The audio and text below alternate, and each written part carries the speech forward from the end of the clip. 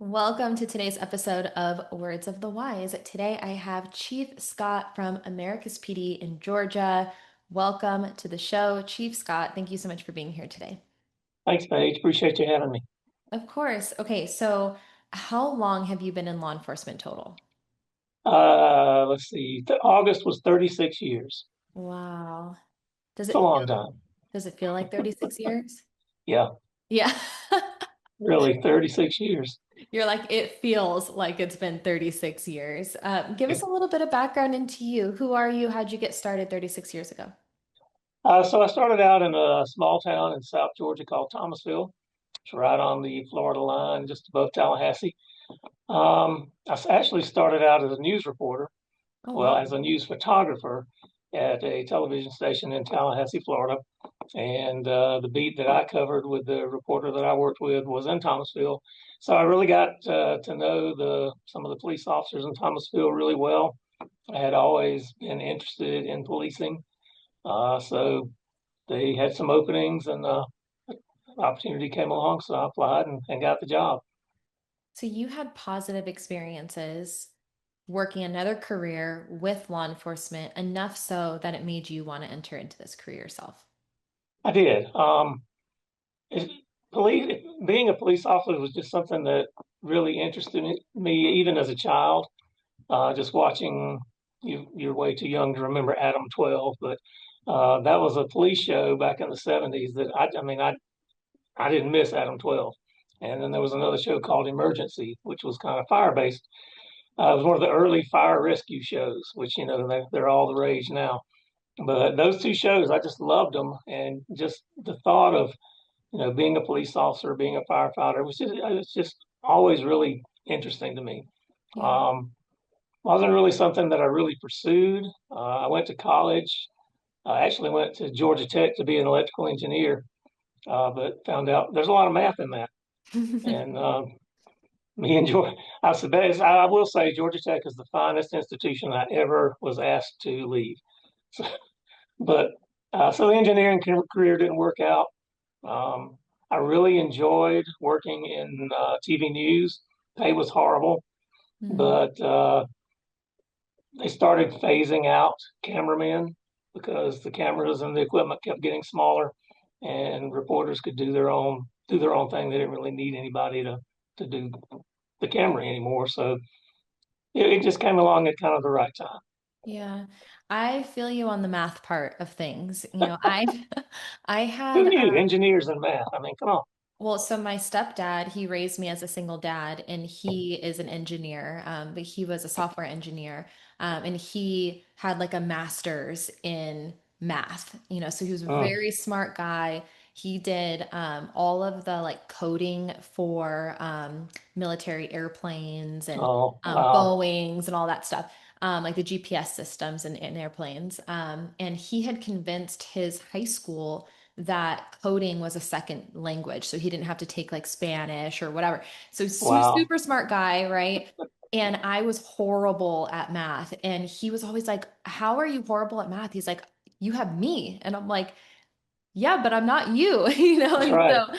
I definitely also chose a career path, not, math is related. But what I want to kind of highlight, which I think is really interesting, because it could have gone either way. You could have had this interest of, this career when you were a kid and watched all the shows, and then your interactions in real life could have been positive or they could have been negative, and those would have influenced your life trajectory, right? And Very because you true. had positive experiences with the people who you met in law enforcement, that reinforced that interest in stepping into this career path.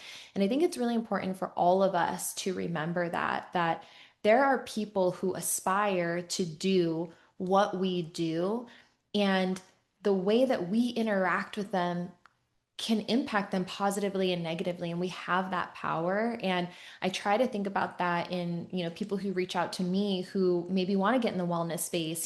How am I interacting with them? Am I showing them positivity, or am I like kind of snubbing them off? And I think that if we're more mindful of that, we can help to positively influence the younger generation to want to do the things that we're doing. Yeah, absolutely agree.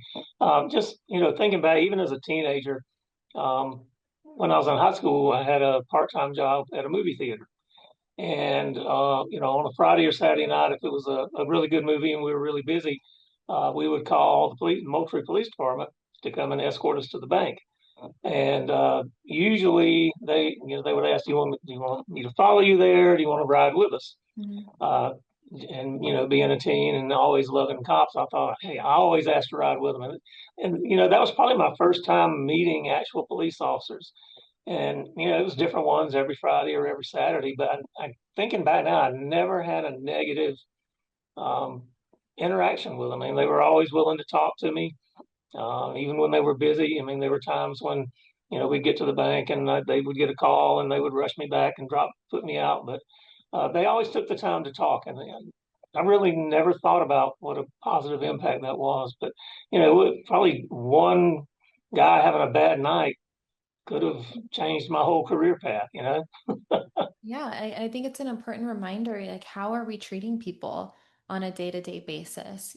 Are we being kind to them? Are we willing to talk to them? Are we setting that example?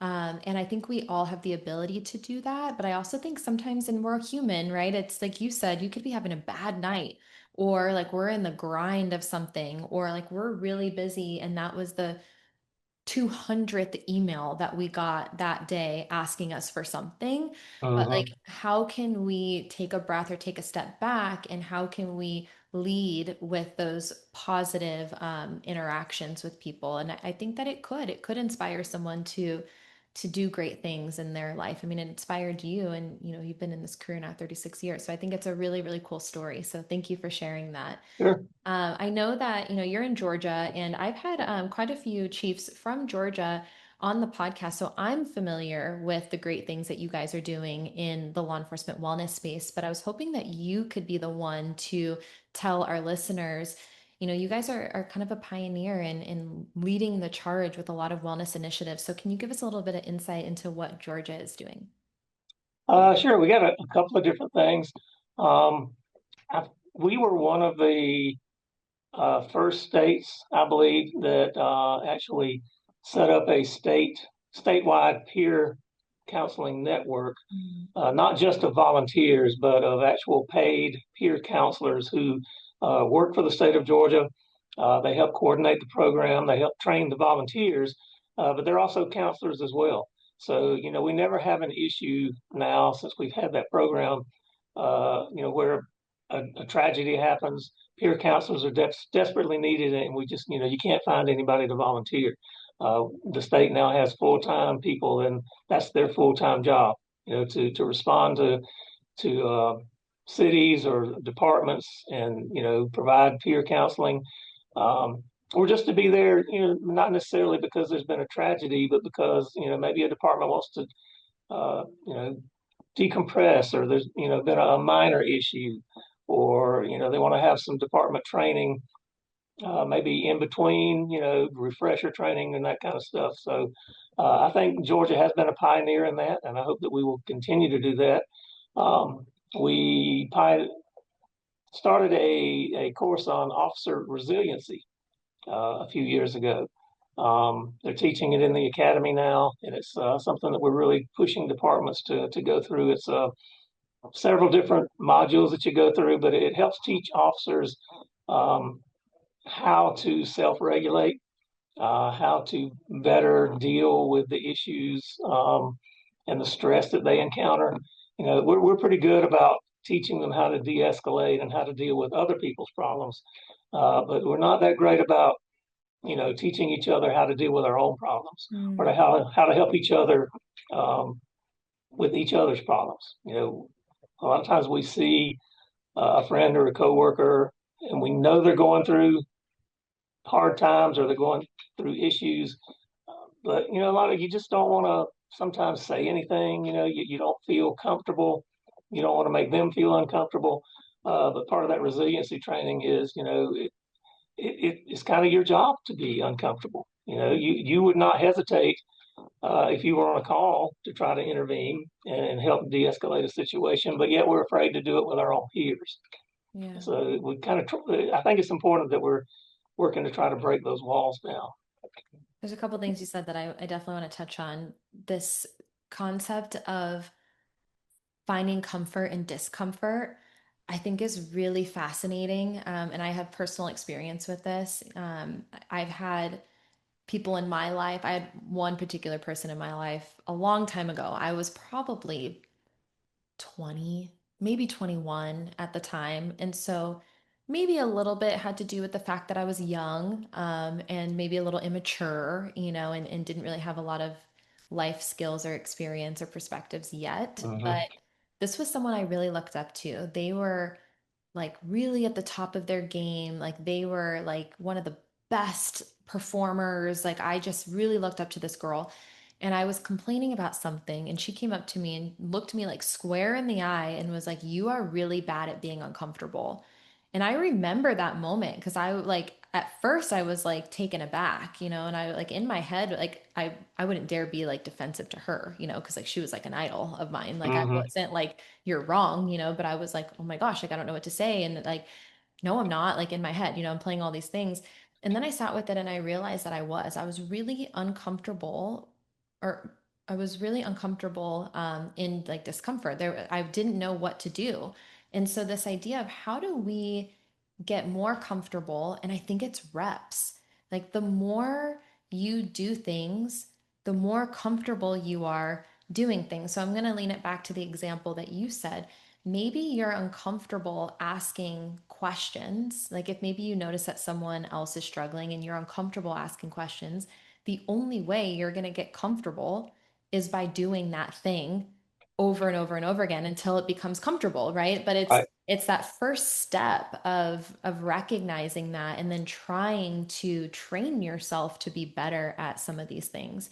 I also liked that you talked about self-regulation. I think when you say that, it really puts kind of that accountability and responsibility on the individual person. And of course, you want to have agencies that are supportive of wellness and all those things. But I do think at the end of the day, we all have to remind ourselves that it is up to us to do all of these things. It is up to us to have the awareness. It is up to us to implement those tools and resources. And it is up to us to continue down that path and to do the reps for these things. So Right.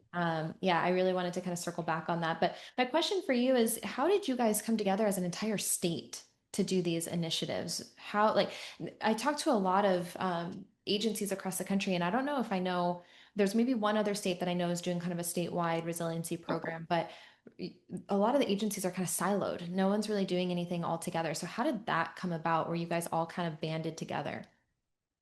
I think probably one of the biggest keys was we had um, some people at the state level who went through um, the peer counseling training Mm, and did peer counseling and really saw the benefit of it. They saw actual results, and then some of those guys, Mike Ayers is one of them, got promoted into command positions.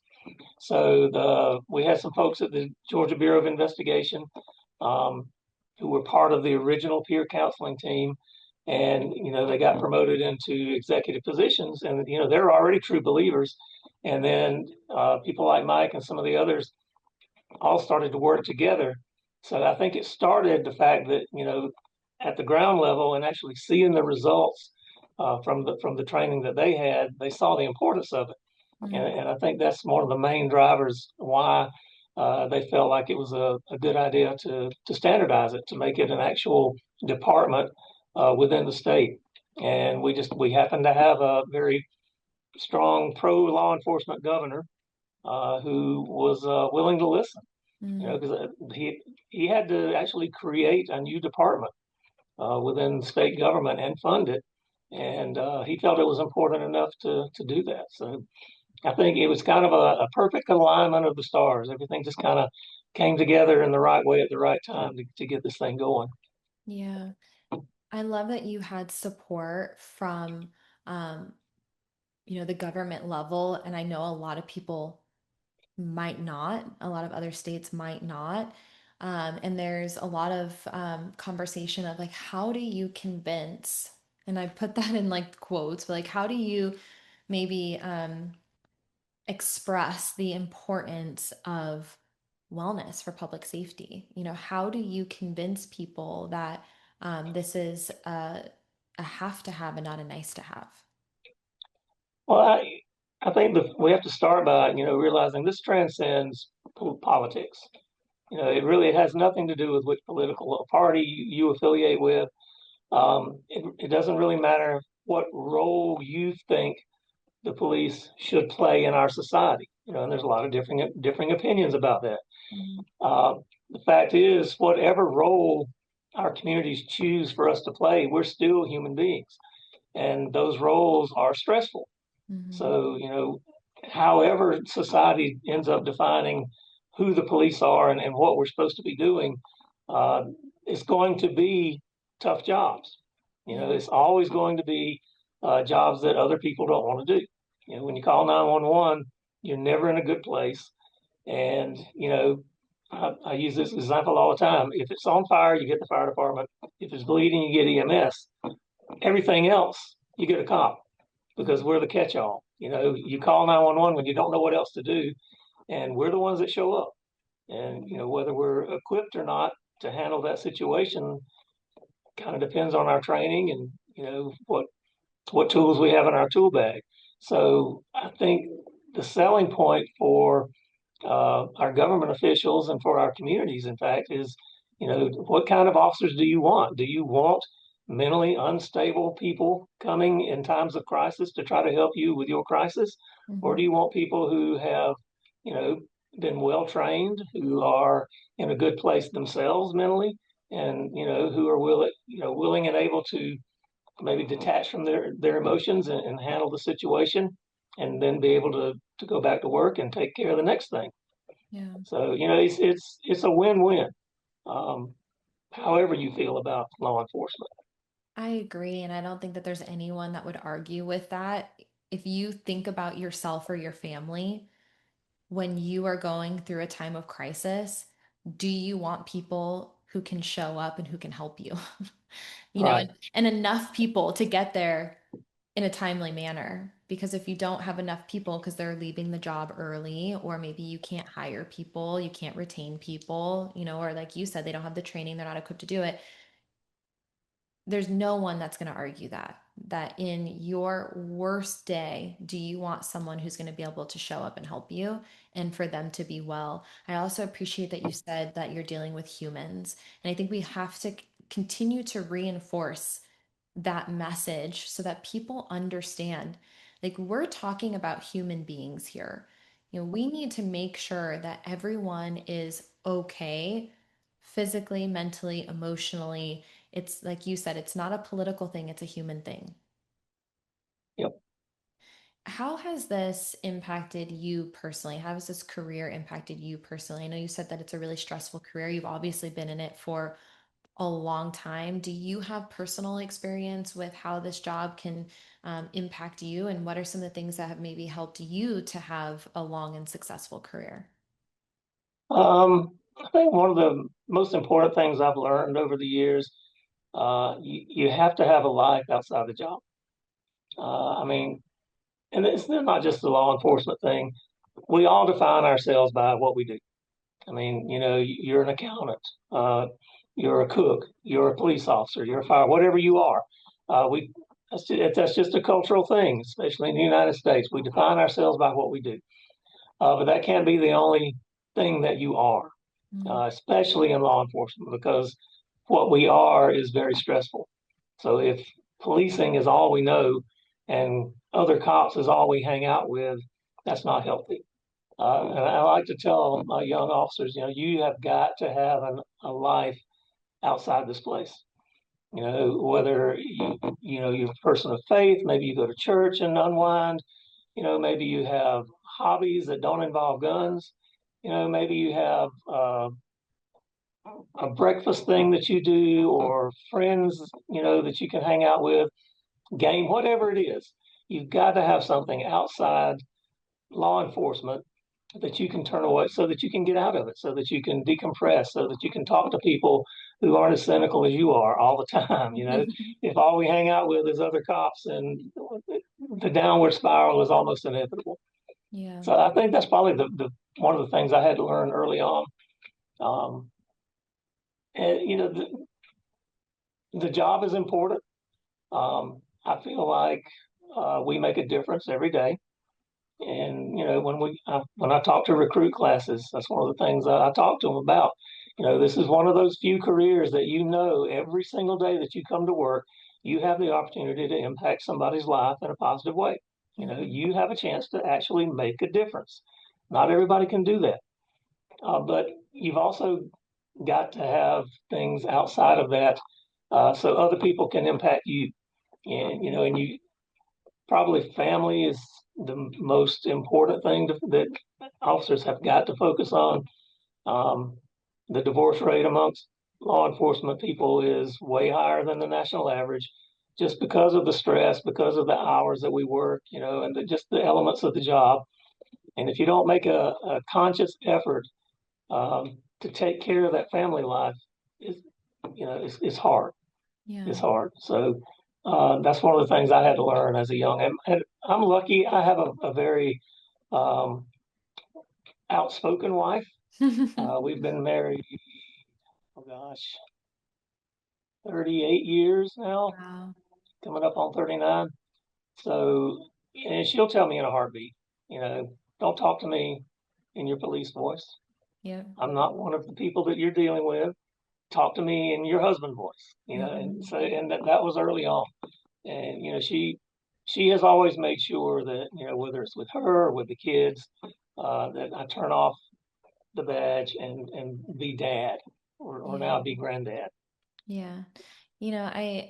I've had experiences in my career too where um I've lost myself in it. And I kind of lost my identity where I didn't know who I was outside of what I do. And it becomes all consuming. And what I realized is there's always going to be another email, there's always going to be another task, there's always going to be more work. And I've learned through this podcast, believe it or not, I've learned a lot about like how do you prioritize yourself like through these conversations? And I had a chief tell me that wellness is about boundaries.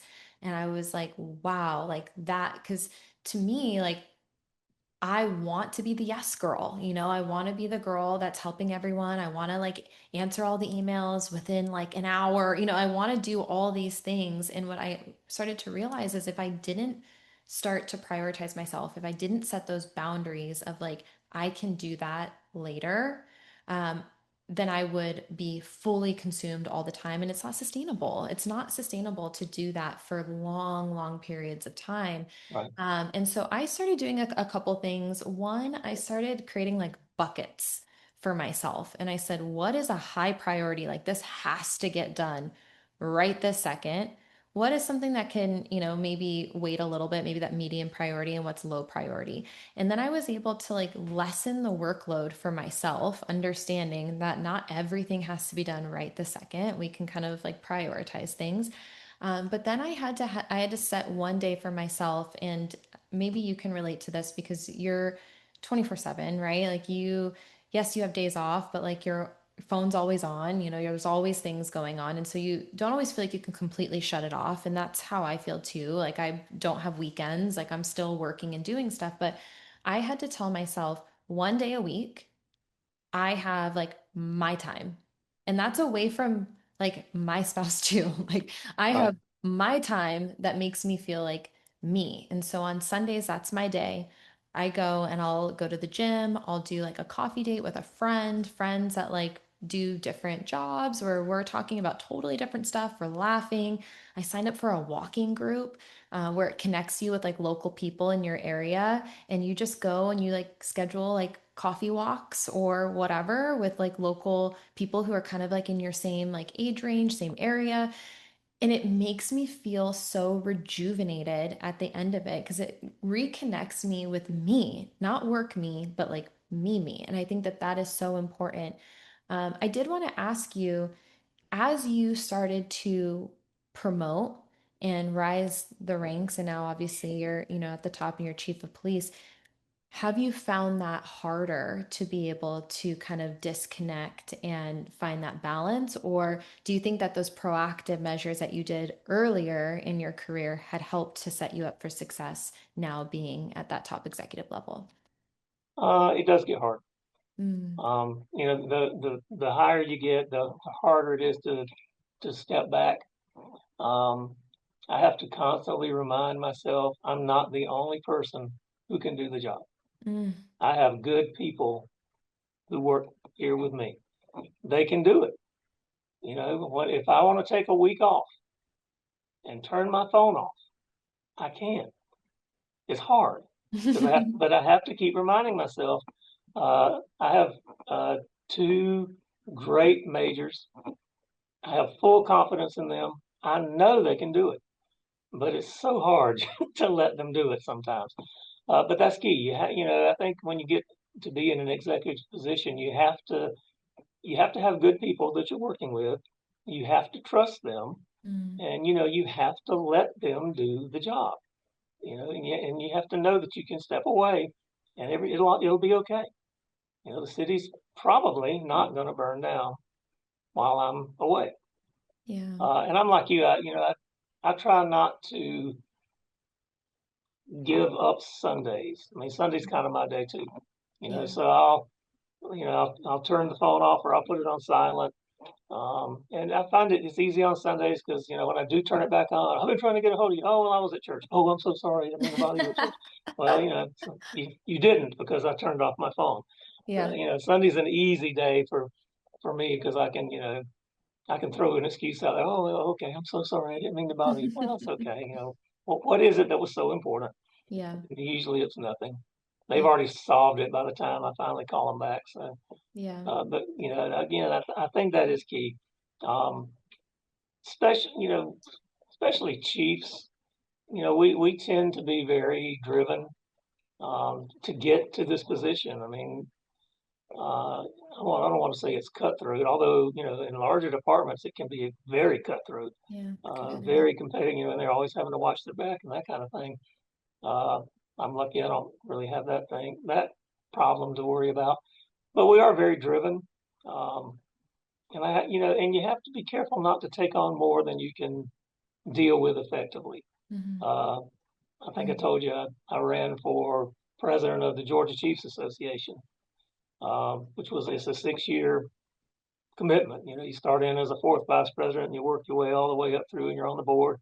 Um, when I started the campaign, I thought I knew what I was getting into, but I really had no clue what I was getting into. So, it was one of those deals where once I got elected, it was, meeting after meeting after meeting, traveling, going all over the state. Um, I was ill prepared. One of the things that I feel like uh, a positive legacy that I left was we came up with a kind of a pre-training curriculum for anybody who wants to run. So if you want to run for that board position, here's a packet. Here's the meetings that are mandatory. Here's how much time it's going to take. So they at least they know going in what they're getting into.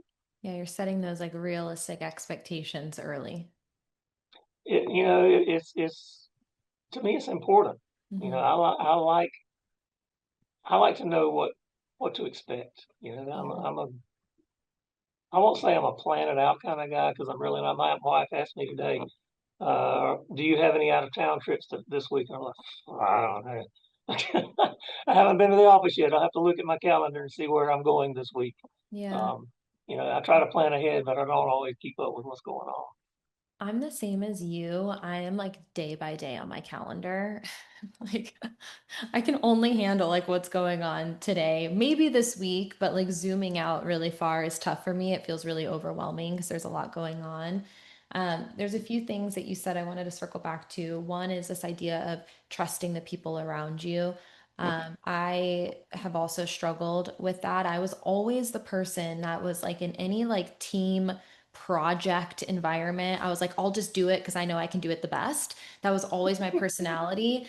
Delegation and trusting people was always something that was a challenge. And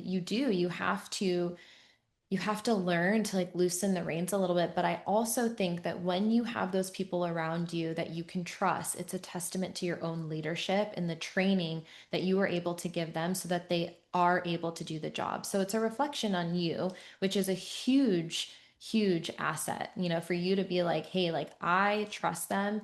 I trained them in order for them to be effective and be able to do these things. And so, um, I think give yourself a little bit of credit for that one too. But I agree with you. I think it's a challenge when you're used to doing all the things yourself, but it feels really good when you can lift people up and you can train them and you can bring them up to speed. And then I've had people who've worked with me who are better than me. And that Mhm. I'm like, that's best case scenario. Like they're so on top of it where you're just like, wow, like you are doing a better job than I could. And that feels good because they're like, that's my team, like we're a team together. And that feels so good to have people who are so competent. Um, but you also said not biting off too much that you can deal with effectively. And I think Right. that's the word. And I tell people all the time, it's not a matter of if we can do these things. We can do all these things. We can keep piling the stuff on top of our shoulders, and our checklist can be like a million miles long, and we can do it.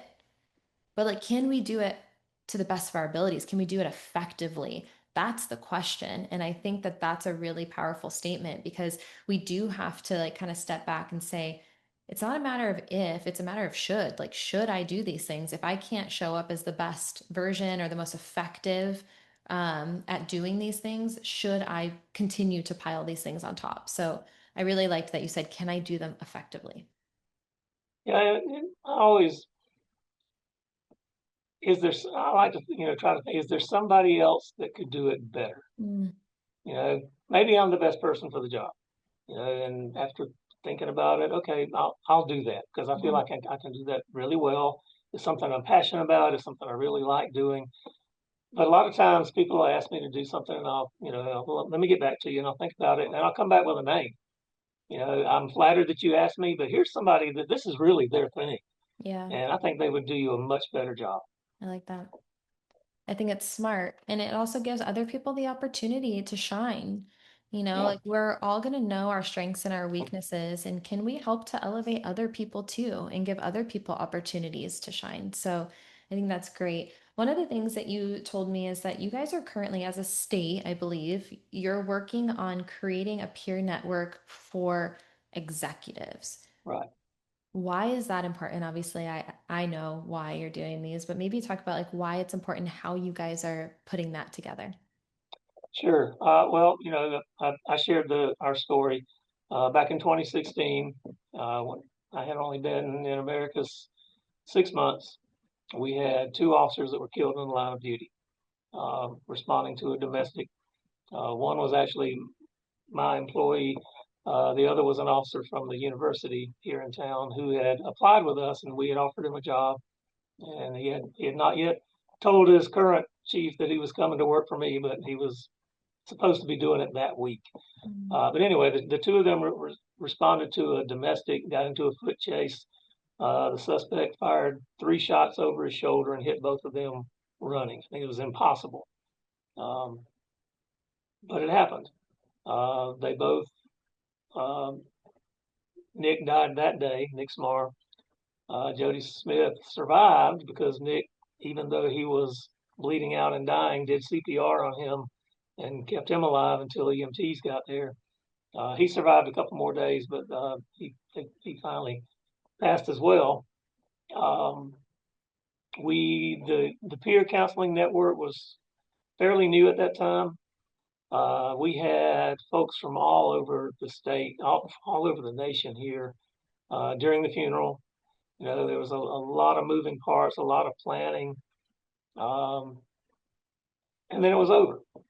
And we had peer counselors come in. We did mandatory counseling for all the officers, especially Nick's shift, the dispatchers, everybody who was involved in it that day, and then everybody who wasn't there that day, but still felt the effects of it.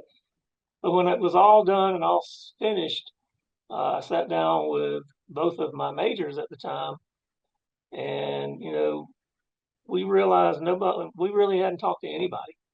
When the peer counselors come in, they pretty much want the execs out Mm, because the officers really don't feel free to share when the boss is sitting there. yeah. So, we had like a whole group counseling thing, but then after a few minutes, we were asked to leave, which I understand. I've been through the training now. I'm a peer counselor, and I know why we do that. But we didn't follow back up with us. So I ended up reaching out to a good friend of mine who helped start the whole peer counseling network. And Wes Horn is his name, and I asked him, will you come back and talk to me? I just need somebody to talk to. Yeah. And he did. He came back, and all three of us had some sessions with him.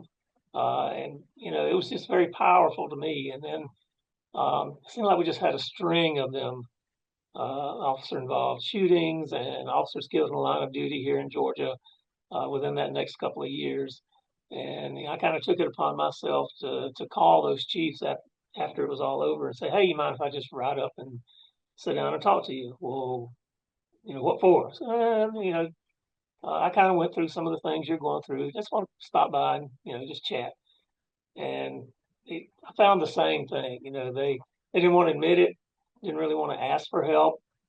Didn't some of a couple of them didn't even think they needed to talk. But Mm, when we got there and started the conversation, they realized, wow, I really needed to get this off my chest. yeah. So that's something that we're really working on. It's been a challenge. Um, Anytime I talk about it, I've done presentations during our Chiefs conferences. Um, I've had some of the state peer counselors do presentations on the same topic during our conferences, and everybody agrees. Oh yeah, yeah, yeah, that's a great idea. We should all volunteer. We should all be trained. But then you have a class, and it's hard to, they're all busy. I get it. They're chiefs. They got a lot to do. Yeah. So it's hard to actually get them to train. Mm, But we're still working on it. I've had some go through it. Um, we we have a few folks now that we can do it. So when there is a critical event, we can respond. But we need to grow the network larger. A yeah. lot of us that really kind of got it started are getting ready to retire. So we need the next generation to pick up the baton. Thank you for sharing. And I think it's an important message to recognize, and we talked about this before, that it's humans and you're human too, and you also need the resources to be okay. And so I appreciate you taking a tragedy and understanding that there are better ways to be able to process those things for executive positions. And I think anyone who's listening to this would agree with that. And I don't know if you're willing to share, maybe offline, if there are any other chiefs in other states who are interested in trying to get something like that off the ground. If you'd be willing to kind of talk about the steps in which you guys were able to get the training and get that going, because I think that it's something that's needed all across the country. Yep, absolutely. Thank you. My last question for you is, and you already kind of said this earlier, your words of wisdom for kind of the younger generation, but any words of advice, either to the younger generation or even that next generation of leaders that you just mentioned, people who are going to be kind of taking that baton from you when you decide to enter into your next chapter of life. What words of wisdom would you share? Well, us old guys, we like to make fun of the next generations. Um, but I have found that a lot of the younger officers that we're hiring now, they are way more in tune with their feelings than I ever was. They recognize the importance of mental health. Um, they're not afraid to talk. Uh, I've had some come in here. I leave my door open all the time, and I tell them all the time, if you got something that you want to talk to me about, just come by. And for the first, I don't know, 8 or 9 years of being a chief, hardly anybody ever came by unless they wanted something.